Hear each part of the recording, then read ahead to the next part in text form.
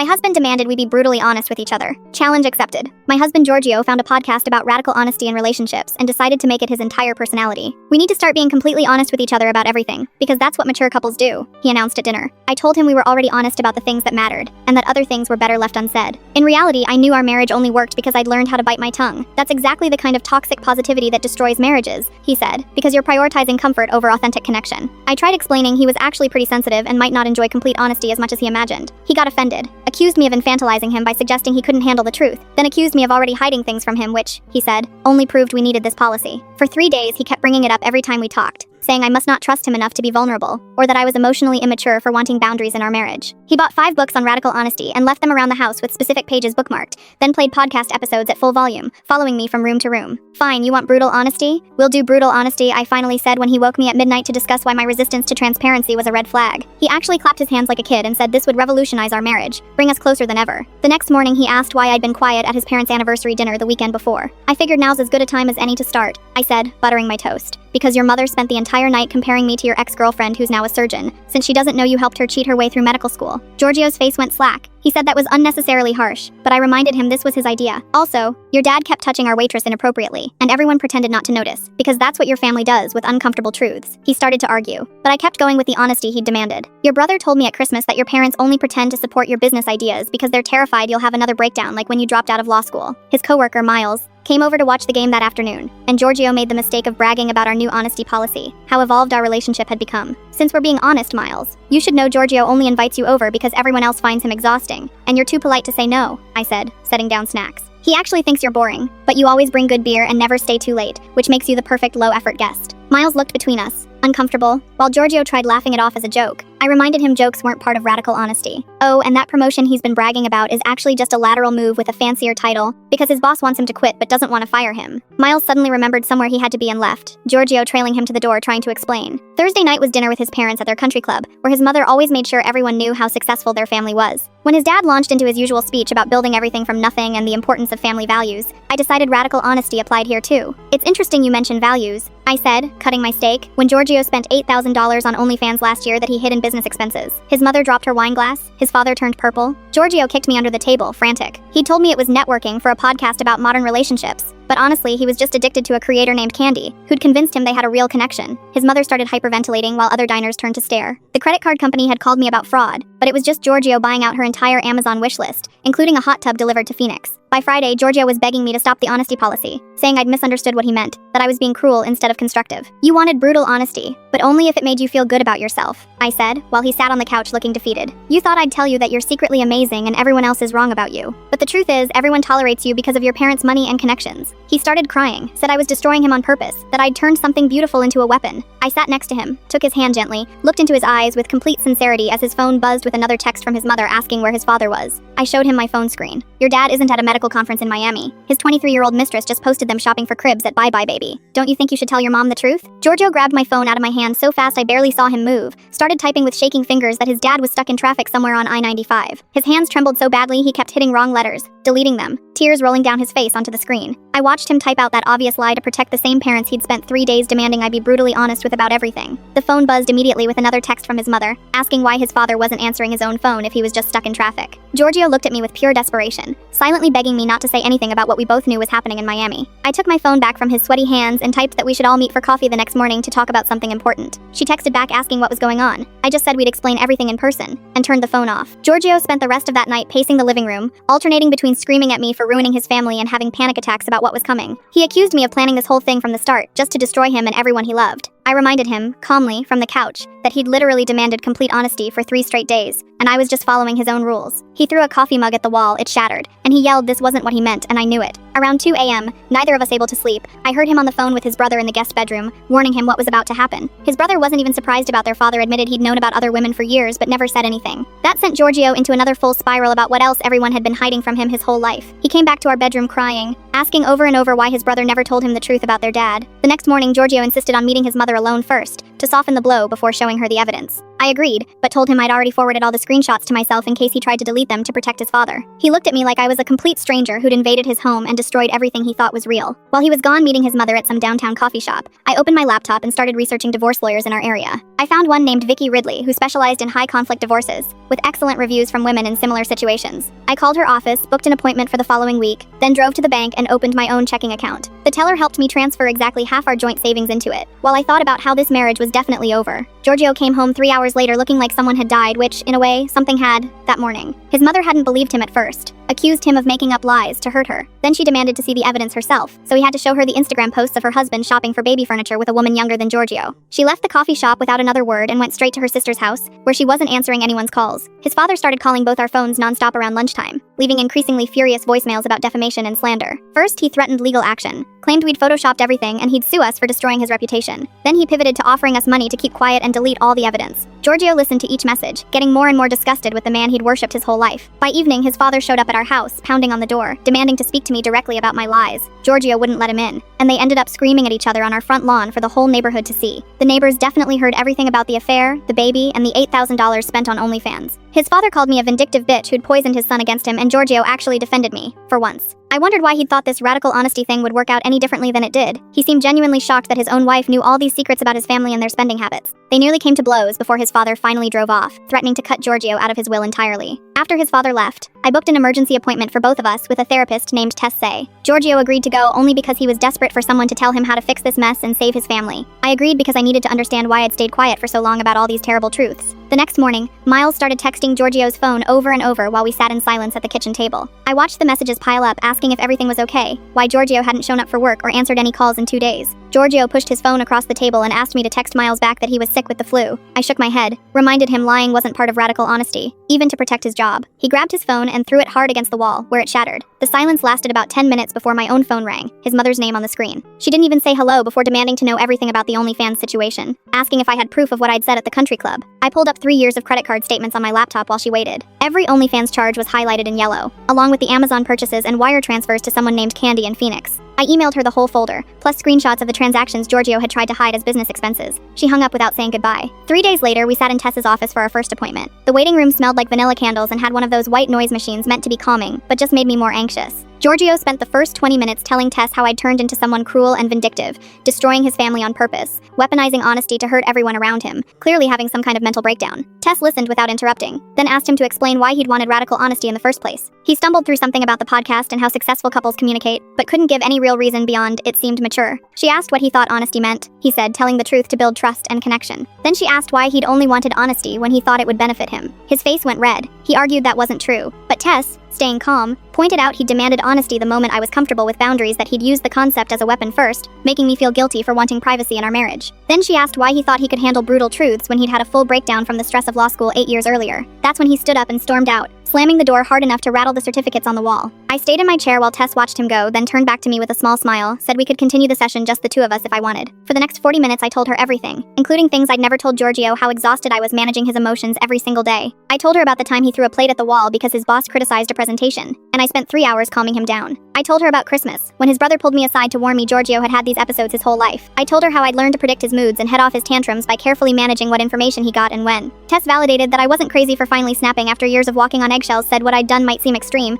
but it was a natural response to being pushed past my breaking point. We scheduled individual sessions for me every Tuesday morning going forward. When I got home, Giorgio was passed out on the couch, surrounded by empty beer bottles. The landline was ringing. Arnie, from Giorgio's office. I picked up. He immediately asked if everything was all right, since Giorgio hadn't shown up in 3 days and wasn't returning calls. I told him Giorgio was dealing with a family emergency. Technically true even if he'd caused it himself. Arnie sounded concerned, then mentioned several clients had been complaining about Giorgio's work for months, missed deadlines, showing up to meetings unprepared or sometimes drunk. I thanked him for calling, said Giorgio would be in touch soon, though I doubted it. My phone buzzed with an Instagram notification, and my stomach dropped when I opened it. The mistress had posted more photos from Miami, this time wearing a massive diamond ring, caption reading, "Said yes to my forever," with a dozen heart emojis. I screenshotted everything before it could disappear. Within minutes, Giorgio's mother was calling, sobbing so hard I could barely understand her. She'd seen the post too. Couldn't believe her husband had proposed to someone else while still married to her. I stayed on the phone 2 hours as she cycled through rage, grief, and humiliation. asking over and over how she'd missed the signs for 30 years. I didn't have the heart to tell her she hadn't missed them, she'd chosen to ignore them. 4 days later, Giorgio finally went back to work, but came home after lunch looking like he'd been crying. Said he'd broken down during a presentation in front of the entire team and couldn't stop sobbing. Arnie had pulled him aside, suggested he take some personal time. The promotion he'd been bragging about for months was definitely off the table now, and there were whispers about letting him go entirely. That evening, my phone rang my mother, angrier than I'd ever heard her. Giorgio's father had called my parents, trying to convince them to talk sense into me about destroying his family. My mother told him off in spectacular fashion, using words I didn't know she knew, called him a pathetic old man who couldn't keep it in his pants and now wanted to blame everyone else for his mistakes. My father got on the line, said if Giorgio's father contacted them again, he'd drive over and handle it personally. I'd never been more proud of them, or felt more supported. The next morning, I was getting dressed when Giorgio came into the bedroom holding Vicky's business card, which he'd found in my purse. His face was purple, shaking with rage, accusing me of planning this whole thing to destroy him and take everything in the divorce. I grabbed the card back and pocketed it while he followed me around the kitchen, yelling about betrayal, how I'd been planning this all along. The doorbell rang his brother, looking worried, since their mother had called him crying about the Instagram posts.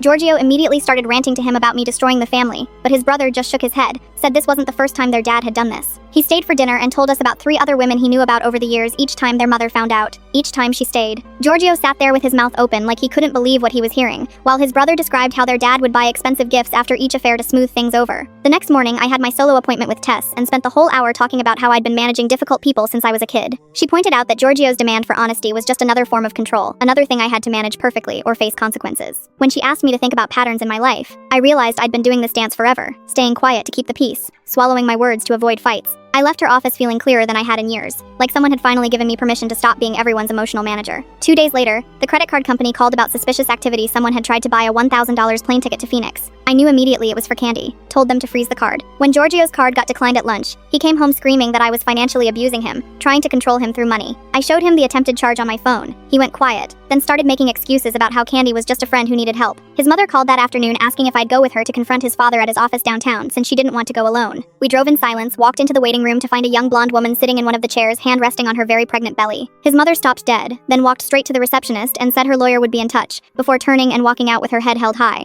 The girl looked confused, asked who we were. His mother just kept walking to the elevator without a word. That night, Giorgio broke down, begged me to try couples therapy to save our marriage, said he'd do anything to fix things. I told him I'd only go if he also went to individual therapy for his sex addiction. He immediately got defensive, said he didn't have an addiction, just an interest in adult content. The mistress posting engagement photos while still being the other woman, there was something strange about that timing, especially with everything falling apart at once. Made me wonder if she somehow knew about the country club confrontation and decided to stir the pot further by going public with that ring. That told me everything I needed to know about whether he was actually ready to change or just trying to manipulate me into staying. The next week, I met with Vicky at her office, and she combed through our finances with a fine-tooth comb. She found a savings account Giorgio had opened 2 years earlier, quietly funneling money into without telling me not much, maybe $3,000, but she said it was proof of financial deception that would help in the divorce proceedings. She also found patterns of large cash withdrawals lining up with times Giorgio claimed to be on business trips that I now realized had probably never been real. Miles came by Tuesday afternoon to check on Giorgio and found him passed out drunk on the couch at 2 in the afternoon, empty beer bottles scattered across the coffee table. I came home from work to find Miles trying to get Giorgio to drink water and eat something, while Giorgio kept mumbling about how everyone had abandoned him. Miles pulled me aside in the kitchen, said he'd been worried about Giorgio's drinking for over a year but hadn't known how to bring it up. I told him the truth about everything: the OnlyFans addiction, the family drama, the pending divorce since, after all, Giorgio had demanded honesty. Miles just nodded, said it explained a lot about Giorgio's behavior at work, why people had started avoiding him at office parties. 3 weeks later, Giorgio's mother officially filed for divorce and had his father served with papers at the country club during their weekly golf game, in front of all their friends. The gossip spread through their social circle within hours, and Giorgio's phone started blowing up with texts from family friends asking if it was true. He sat on the couch reading each one, getting angrier, finally throwing the phone at the wall and screaming that I'd destroyed his family's reputation. During our next session with Tess, she asked Giorgio to take accountability for his choices, instead of blaming everyone else. He tried deflecting, said I'd manipulated the whole situation, but Tess kept steering him back to his original demand for radical honesty. After 40 minutes going in circles, he finally admitted he'd thought honesty would only flow one direction, that I'd tell him nice things about himself while he got to feel superior about being so evolved. Tess asked if he understood that wasn't honesty, just another form of control. He started crying again. Meanwhile, I'd been looking at apartments online and found a nice one-bedroom closer to work, good reviews, a doorman for security. When I told Giorgio I was planning to move out at the end of the month, he alternated between begging me to stay and calling me heartless for abandoning him during the worst time of his life. I stayed calm, stuck to the facts about our lease and the timeline for splitting our belongings, while he followed me room to room, crying or yelling depending on his mood. My phone lit up with a Facebook message request while I was hiding in the bathroom trying to get 5 minutes of peace from Giorgio's meltdown. The profile picture showed a young woman with bleached hair holding a designer purse. Message preview claiming to be his father's mistress, wanting to tell her side. I opened it to find 3 paragraphs about how she wasn't the only one, that at least 2 other women were pregnant by him right now, and she wanted his wife to know everything before the lawyers got involved. I screenshotted everything, forwarded it to his mother's divorce lawyer without responding, then deleted the conversation, and blocked her. Giorgio was still pacing outside the bathroom door, asking if I was okay, when his phone rang with Arnie from work. I heard him answer, voice immediately shifting to professional mode, then within seconds stammering and making excuses. Through the door I could hear Arnie's voice getting louder, though I couldn't make out the words. Giorgio kept saying it was just a rough patch. He'd get back on track, but when he hung up 20 minutes later, he slammed his fist into the wall, hard enough to leave a dent. He told me Arnie had put him on a performance improvement plan after 3 different clients complained about missed deadlines and sloppy work. Said it was my fault for creating all this family drama that was distracting him, that I'd sabotaged his career on purpose by choosing now to blow everything up. I didn't bother arguing, just went to make dinner while he trailed me, continuing his rant about how I'd ruined his life. The next morning, I had my individual session with Tess while Giorgio was supposedly at work, trying to save his job. She asked how I was handling everything. I told her about him following me around the house, the blame, the crying, the anger. She leaned forward and said she was concerned about the escalation, that his behavior showed warning signs she'd seen before in other cases. She suggested I consider moving out sooner rather than later, for my own safety and peace of mind. I told her I'd been looking at apartments, and she helped me make a concrete plan, pulling up moving company websites on her laptop. By the end of the session, I'd booked movers for the following week and felt lighter than I had in months. That afternoon, Giorgio's mother called while I was at the grocery store, her voice different than I'd ever heard it. She thanked me for opening her eyes to what had been happening. Said she'd wasted 30 years pretending everything was fine when deep down she'd always known something was wrong. She'd started seeing her own therapist, wished she'd been brave enough to demand honesty years ago instead of playing along with the family image. Said watching me stand up to them had given her permission to finally stop pretending for the first time in decades. She felt like she could breathe. We talked almost an hour, me sitting in my car in the parking lot, and when we hung up, I realized we'd become actual friends, not just relatives by marriage. 2 days later, Giorgio got a message on Instagram from Candy saying she was pregnant and needed financial support for the baby. He showed it to me like it was proof I'd been wrong about something, swore it was impossible since they'd never met in person, their whole relationship had been online. I looked at the message and the attached ultrasound photo, clearly pulled off Google Images,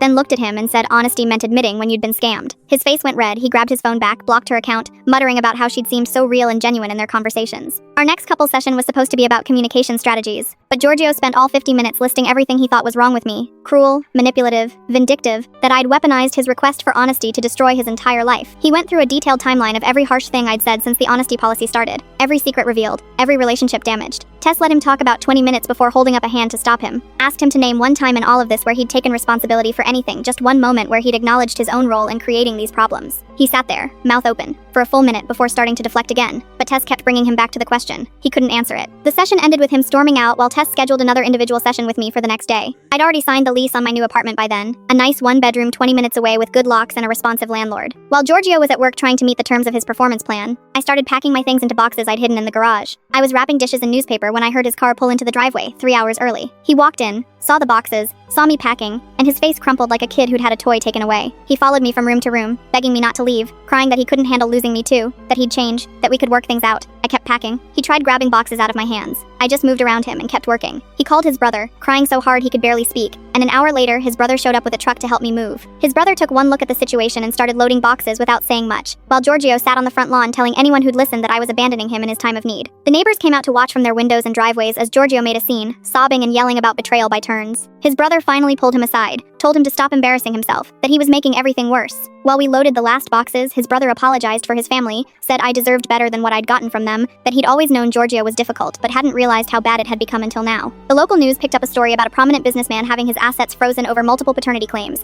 and even without names, everyone in town knew exactly who they meant. Giorgio's mother texted me a laughing emoji, the first genuine joy I'd seen from her in years. Said his father was staying in a motel now, the court having frozen their joint accounts too, and 2 more women had come forward with babies on the way, both with lawyers demanding support. Giorgio's brother showing up to help me move instead of supporting him said everything about what the family actually thought of this whole mess. Made me wonder how long everyone had been pretending not to notice his problems. A week after I moved into my new apartment, my phone rang with Arnie's number. He said Giorgio hadn't shown up for an important client meeting that morning, the 3rd strike on his performance plan. He asked if I knew where he was, if everything was okay. I gave him Giorgio's brother's number, told him I was no longer Giorgio's emergency contact, that he'd need to handle his own problems from now on. When I hung up, it felt like dropping a 1,000-pound weight I'd been carrying for years without realizing how heavy it had gotten. That first night alone in my new place, my phone started buzzing nonstop around midnight, the screen lighting up over and over with Giorgio's name, until I finally checked and found 43 voicemails waiting. I put it on speaker and listened while making tea. The first few were him crying, begging me to come back. Then he switched to promising he'd change, go to therapy, never look at OnlyFans again. By message 20 he was screaming I was probably already sleeping with someone else. Message 32 threatened to hurt himself if I didn't call back immediately. The last 11 were just him sobbing my name over and over. I forwarded all of them to Vicky's email, asking if it would help with a restraining order. She texted back within minutes, absolutely, keep documenting everything. Around 2 a.m., Miles texted asking if I was awake. Said Giorgio had shown up at his door with a suitcase and wouldn't leave. Was sleeping on his couch. Wouldn't stop talking about winning me back. Miles wanted to know if he should be worried about Giorgio doing something stupid. I told him to call 911 immediately if Giorgio made any threats about hurting himself or anyone else. Miles said Giorgio had already drunk half his liquor cabinet and kept showing him old photos of us. 3 days later, Giorgio's mother called asking if I wanted to get lunch to celebrate. I met her downtown and barely recognized her. She looked 10 years younger, new haircut, clothes that actually fit her. She ordered champagne, told me she'd filed divorce papers that morning, that her lawyer said she'd get half of everything plus alimony since her husband had hidden assets. She was taking salsa lessons now, had signed up for a trip to Greece with her sister. We toasted to radical honesty, finally doing something useful. She thanked me for opening her eyes to what her life had become. That afternoon, I had my regular session with Tess and broke down crying about the guilt, kept thinking about how I'd blown up an entire family just to prove a point. Tess handed me tissues, reminded me I'd only told truths that already existed. The affairs were happening before I said anything. The money was already being spent on candy before I mentioned it. The foundation was rotten long before I pointed it out. She helped me see that keeping quiet about problems doesn't make them go away, it just lets them grow bigger in the dark. 2 days later, Giorgio's brother called me at work. Giorgio had just been fired. After showing up drunk and screaming at Arnie in front of clients, security had to physically remove him from the building while he yelled about everyone betraying him. His brother wanted to warn me Giorgio was spiraling hard and might show up at my apartment. I thanked him and immediately went to the hardware store, bought extra deadbolts, installed them myself that night. Got a security camera too, connected to my phone, facing my door.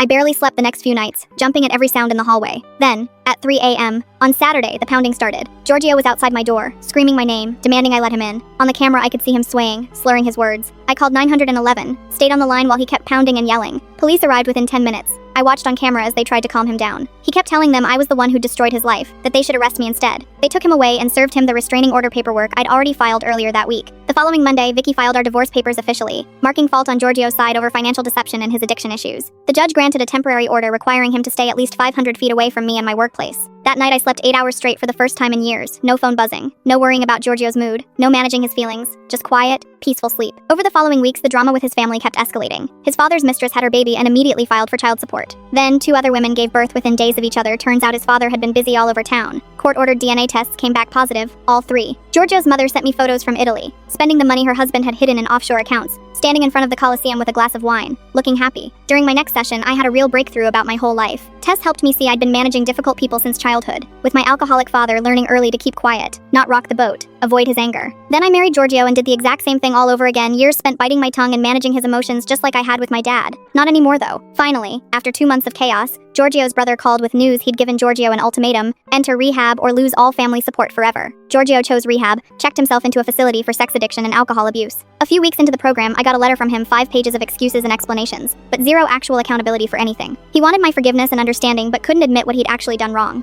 I threw it in the trash without responding. 3 months later, I sat in the courthouse waiting for our case to be called, while Vicky sorted through her files one last time. The judge reviewed all the evidence, the financial records, the restraining order violation, Giorgio's documented addictions, and ruled in my favor across the board. I got the house, most of our savings, 3 years of alimony. Giorgio appeared by video link from rehab and just nodded when asked if he understood the terms. Vicky shook my hand afterward, said it was the cleanest divorce she'd handled in years, since the evidence was so clear. That weekend, Miles texted asking if we could meet for coffee. He wanted to apologize. He sat across from me looking uncomfortable but determined to say his piece. Told me he'd known about Giorgio's problems for over a year but never said anything, since he didn't want to get involved. The following week, he introduced me to his sister, who'd been through something similar with her ex-husband. We started meeting for lunch once a month, and it felt good having people who understood what I'd been through. Giorgio's mother called to tell me she'd started dating someone from her dance class named Robert, who brought her flowers every week. She sounded younger on the phone, laughed when she said the whole honesty disaster was the best thing that ever happened to her. She'd never been happier or felt more free in her entire life. 6 months after the divorce, I was grabbing coffee downtown when someone called my name. I turned to see Candy standing there, looking completely different without all the makeup and filters. She recognized me from photos Giorgio had shown her, wanted to apologize for her part in everything. She admitted she'd scammed dozens of men the same way, was in therapy now trying to figure out why she did it. We talked for 20 minutes. She seemed genuinely sorry for the damage she'd caused. A year after everything exploded, I met someone at my book club who made me laugh without trying. He didn't need me to manage his emotions or pretend things were fine when they weren't. We were boringly honest about normal stuff, being tired, not liking each other's music. It was wonderful, not having to perform or manage someone else's feelings all the time. Giorgio reached out 14 months after the divorce, said he'd completed his program and wanted to make amends as part of his recovery. I agreed to meet him at a coffee shop near his brother's office, where he worked now. He actually took responsibility for everything, without making excuses or blaming me for how I'd handled things. He looked calmer, said therapy had helped him understand why he'd been so desperate for validation. The local country club still talked about his parents' divorce, which had become legendary in our town. His father lost everything, paying child support to 4 different women, all with his babies within 6 months of each other. His mother bought a beach house with her settlement money, where she hosted dinner parties for other divorced women in the community. She sent me photos from her patio overlooking the ocean, celebration, groups of women toasting their freedom. Sometimes, late at night, I think about how Giorgio demanding radical honesty accidentally freed everyone from their lies. His mother escaped a serial cheater who'd been fooling her for decades. I escaped a marriage where I had to constantly manage someone else's emotions and pretend everything was fine. Even Giorgio escaped his addictions and finally got the help he desperately needed. The truth really did set us all free, just not the romantic transformation he'd imagined. He thought honesty would make us closer. Instead, it showed us we needed to be apart. His mother thought her marriage was perfect. Honesty revealed 30 years of deception. Everyone in that family was living in denial until I started telling the truths they'd all been avoiding. Looking back now, I realized Giorgio gave me the greatest gift without meaning to. He gave me permission to stop pretending and start living authentically for the first time in my life.